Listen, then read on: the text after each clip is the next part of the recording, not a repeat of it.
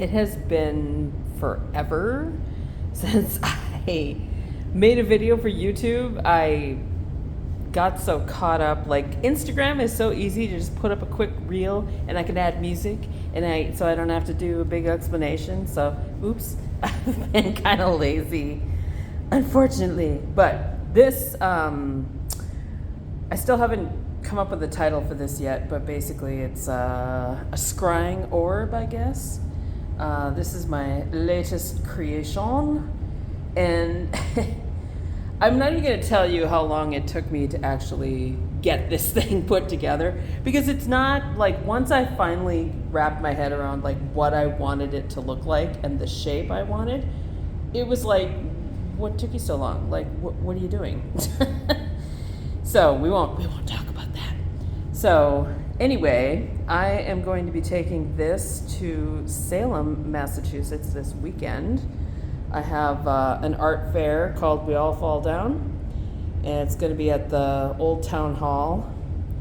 I had another fair in Salem a couple of weeks ago, and it was really, really, really great. Salem is a fascinating town, and I highly recommend, if you're ever in the Massachusetts area, you go visit Salem. It's a very cool place. So anyway, back to the art. So I used a lot of interference colors on this. I think it's picking up in the light. There's greens and blues and purples. And I've had a difficult time getting the lighting right on this, because when I'm looking at this through the camera lens, I think it looks pretty accurate. But when I'm taking pictures and I look at the pictures later, it looks way darker than it actually is. So hopefully this is an accurate representation of the color.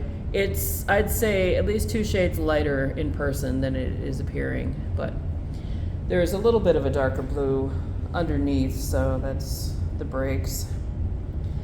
So the light is color changing. I set it to fade because I kind of like all the, as it transitions from one color to the next.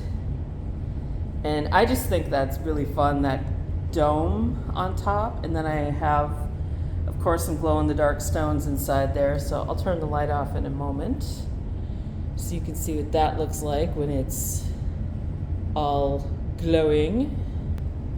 So before I turn the inside light off, I just wanted to show what this looks like in the dark, all by itself. You can really see the colors now.